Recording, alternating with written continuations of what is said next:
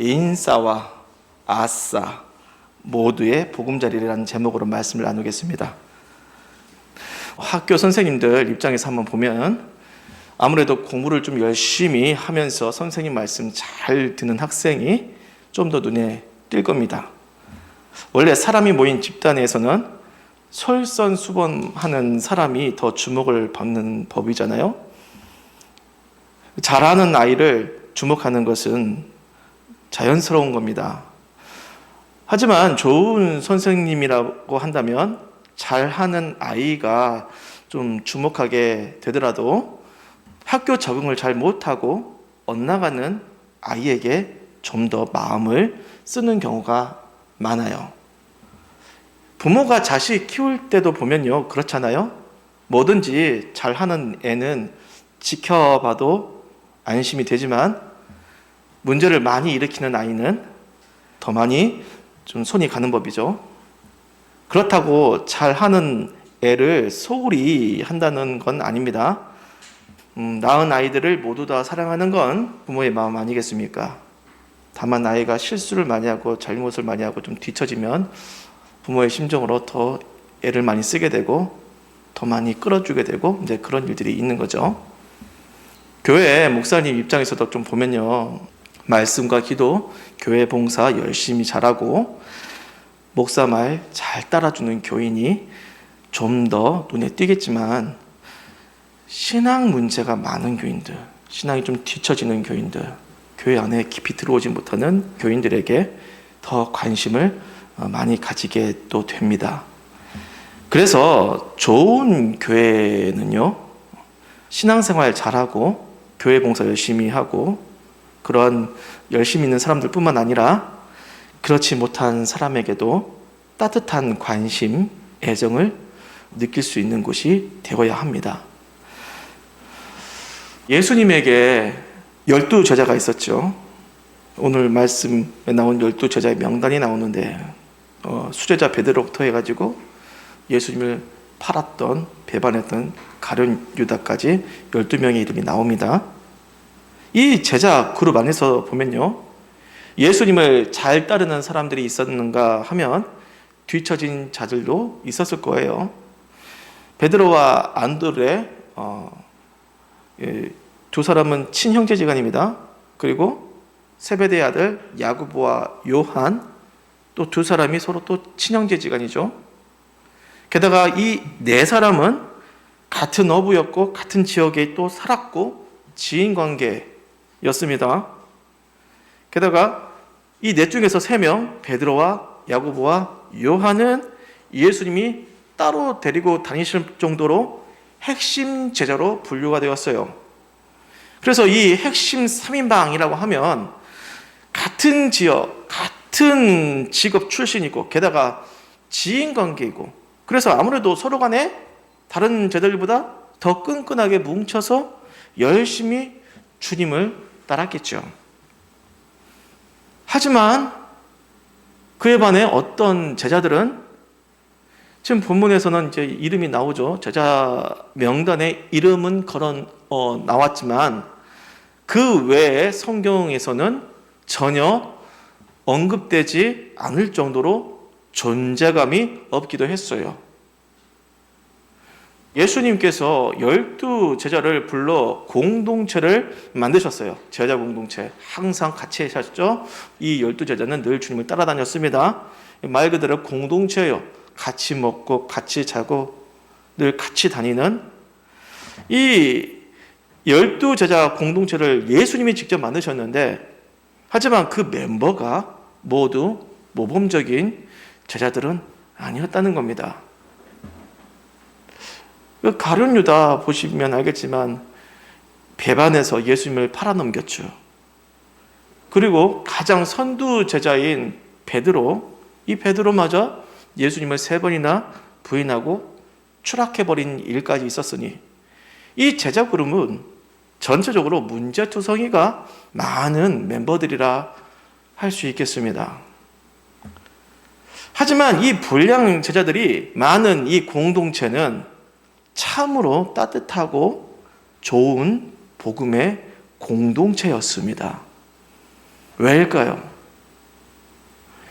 예수님께서 이 12를 사랑하셨기 때문입니다. 그래요. 이 문제 많은 제자 모임이 좋은 공동체가 될 수 있었던 것은 그 모임을 이끄신 스승의 사랑 때문이죠. 베드로가 예수님을 부인하고 영적인 우울증에 걸렸을 때 예수님은 베드로를 그냥 내버려 두시지 않고 베드로를 부르시죠. 베드로야, 네가 나를 사랑하느냐? 그렇게 물으시면서 그 마음을 위로해 주시고 일으켜 주셨잖아요. 또 도마가 부활하신 예수님을 나는 믿을 수 없겠다. 잘 믿기 힘들다. 정말 예수님이 부활하신 건 맞느냐?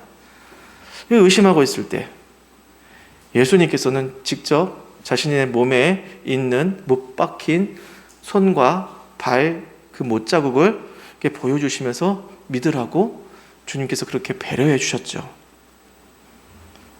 예수님 입장에서 가장 가슴 아팠던 일은 가룟 유다가 예수님을 은 30에 팔아서 그렇게 배반했던 일 아니겠습니까?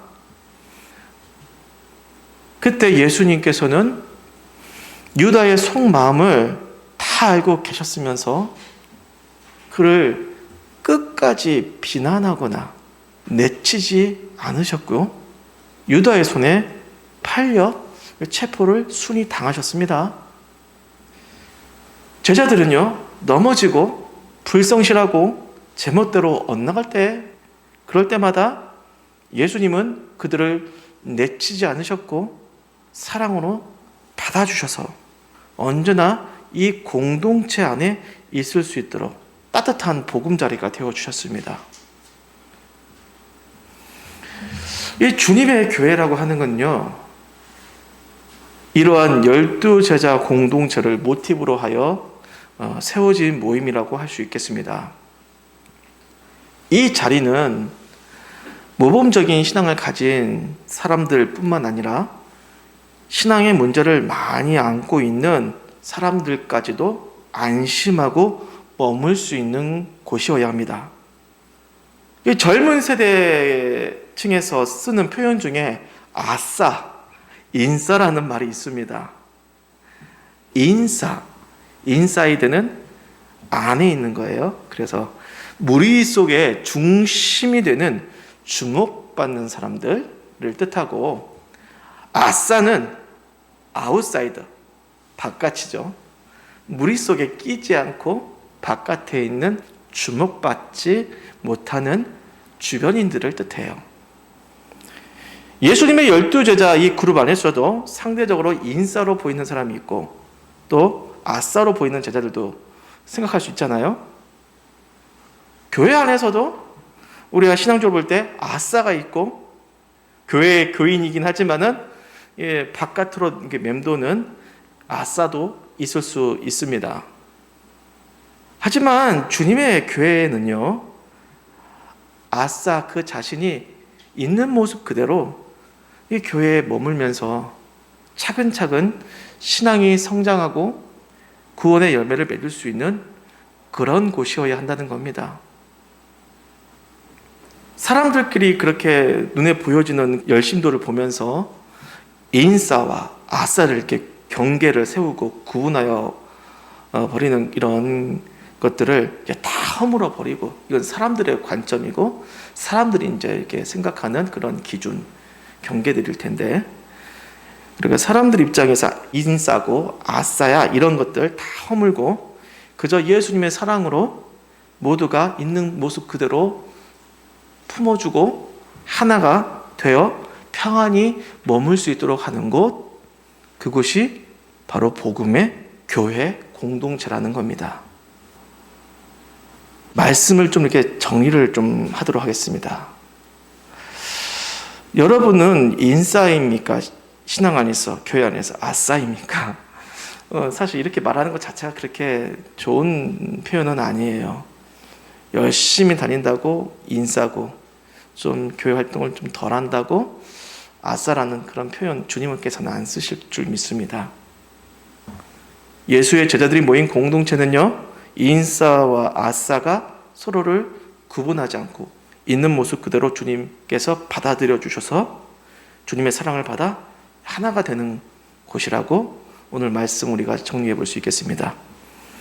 그래서 이 교회의 정신은 그대로 저와 여러분의 일상생활에 적용이 되어가지고 예수의 제자된 여러분이 가는 곳, 있는 곳, 그곳이 집이든 회사이든 학교이든 그곳에서 인싸와 아싸의 경계를 허물고 그 사람의 모습 있는 그대로를 인정해주고 받아주고 회복시켜주는 그리스도 사랑의 향기들, 그런 향기를 퍼뜨리는 저와 여러분이 되기를 주님의 이름으로 축복합니다.